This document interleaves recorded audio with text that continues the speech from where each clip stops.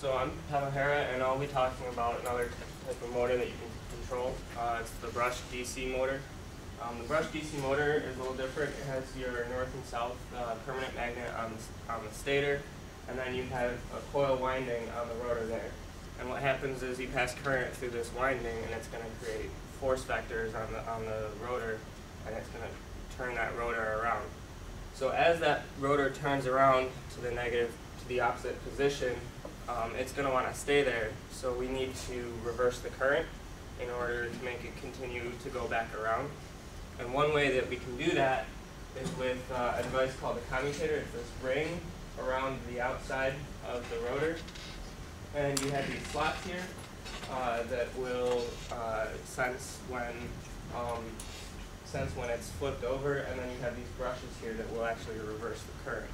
So as it flips over, it's a mechanical device that will actually sense that it's gotten there, and then the current will be switched and it'll start to rotate the other way around. And you can see that in that you have your two brushes here, and then you're winding here, and as it rotates, it's going to get the current's going to flip over. Now, as you can see in this picture, there's a small problem with this implementation in that we only have two sections of the rotor, and that's going to get shorted by the brushes. So one way that we can actually fix this is to introduce more sections, and as you can see here, we've introduced more sections. So what that does is now when this is spinning and you have your two brushes here, two sections will still get shorted out, but you'll still have four other windings that are still going to rotate around. So you'll get a continuous motion going in whichever direction you want it to go based upon how you run current through your windings. So the next motor that we have is the brushless DC motor. And the brushless DC motor is kind of the brushed motor, only flipped out. You have your coils on the stator this time, and then you have your permanent magnet on the rotor. And as you run current through here, you'll magnetize your stator, and your rotor, based upon the flux, is going to want to rotate around to the opposite direction. So as that rotates around, you'll get it back over here, and you'll want to reverse your polarities by reversing the current through your windings. So once you do that, the north and north will match up again, same with the south and the south, and we'll want to rotate around. Now with this topology, it's non-deterministic, which is not a good thing. So because we don't know whether or not if you bump it one way, it might go clockwise, or it might get bumped the other way, and it'll go counterclockwise. And that's not a good thing, because we want to know which way we're going to go, and we want to control that. So the way we fix that is to introduce a couple more phases. On normal motors, this might be more than just a three-phase machine, but for here, we're just going to have a three-phase machine. So what you do now is you run current through one of the coils, and that's going to cause flux that's going to make the rotor rotate around, and then as it rotates, you pass the current from coil to coil, and then you'll get a continuous motion all the way around.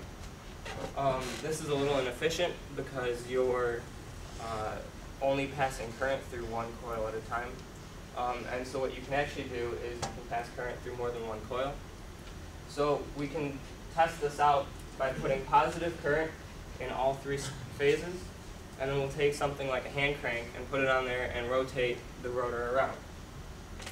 As you do that, you get these curves for your torque. And they're all going to be it's the same graph, only 120 degrees out of phase from each other. And so we can create a rule. If positive current through a phase generates positive torque, we're going to leave it alone, as you can see over here.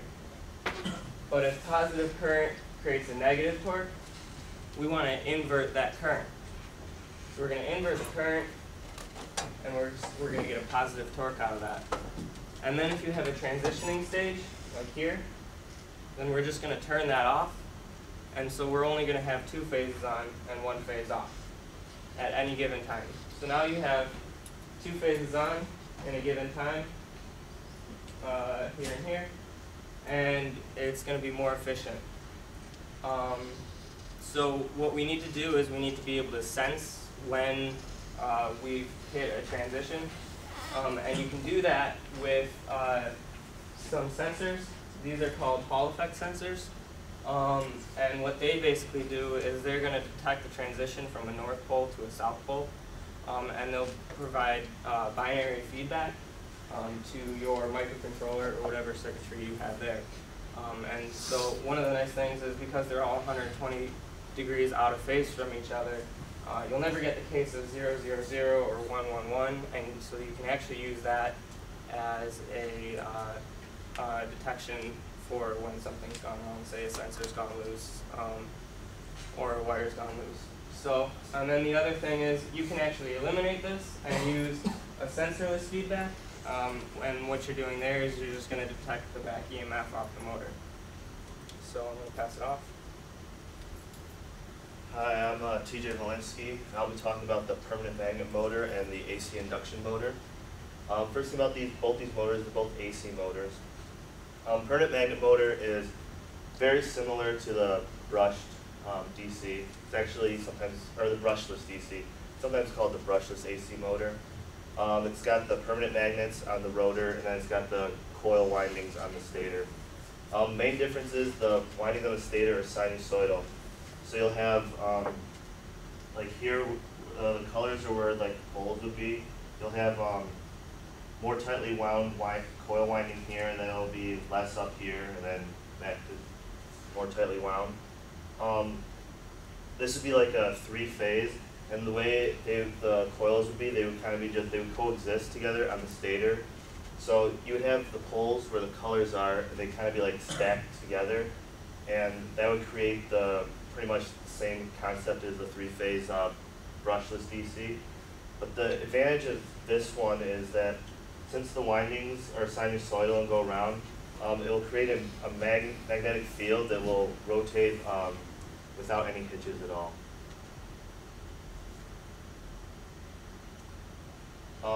The way you would control a permanent magnet motor is by field-oriented control. So first, for field-oriented control, torque would be maximized when it is the torque vector is, or when the vector is 90 degrees from the rotor flux. So you would have like a microcontroller that would calculate the rotor flux, and then from there it would calculate the currents needed for 3 different windings to create that current vector that is 90 degrees of it. And then from there you can adjust the vector's magnitude for the different speeds of the motor. This permanent magnet motor is usually used in applications where small motor is needed.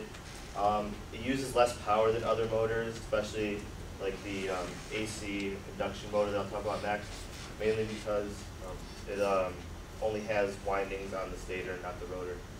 AC induction motor has windings on both the rotor and the stator. That's the main difference from the permanent magnet. This is known as an asynchronous motor. This is because the magnetic field is rotating faster than the physical rotor is actually rotating.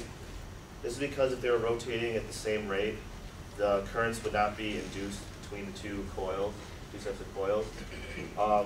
Sometimes they can come, they both can start to rotate at the same speed, and that's when the motor can slow down, or it's called motor slip.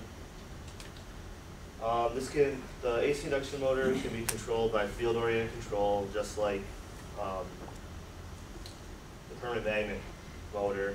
The calculations are a lot more complex because of the two sets of windings on the rotor and the stator. Usually you have to use a 32-bit microcontroller for this. A simpler way is volts per hertz method, and the way that works is you'll have 3 sine waves, one for each set of windings, and they'll each be 120 degrees off from each other, out of phase. And what you'll do is say the motor is running at 60 hertz.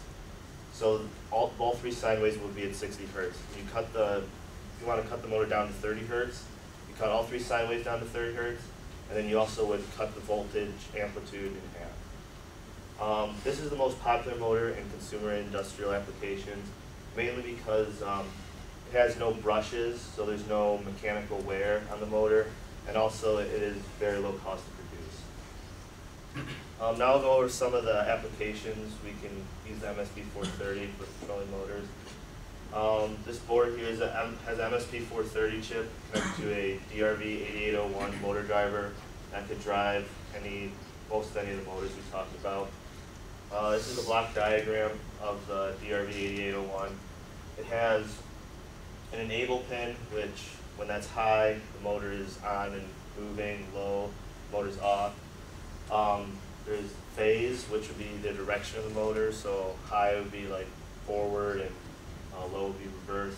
And there's mode 1 and mode 2. Mode 1 and mode 2 are used when the motor's, the enable is off. Mode 1 would pretty much, from when the motor's moving, it would make it slow down or come to a stop very slowly. Then mode 2 would just be stopping the motor very quickly. There's also end fault and end sleep. In conclusion, we went through a bunch of different types of motors and explained them today. Motor with low speed and high accuracy would be a stepper motor. Some motors with long life would be the AC induction, stepper motor, and brushless motors. AC induction motor would have high torque. The stepper and brush motors don't require feedback, and the permanent magnet is known for its using less power than the other motors.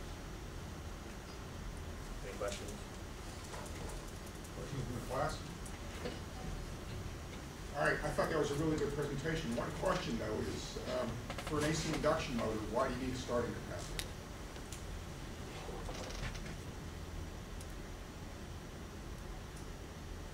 Isn't that the type of motor you have to mount a starting capacitor on there? I don't know. Okay. All right, think about it. Yeah. I just replaced one in a motor on a power tool. We've had to replace the capacitor. So, anyway, good job. I thought that was a very good technical.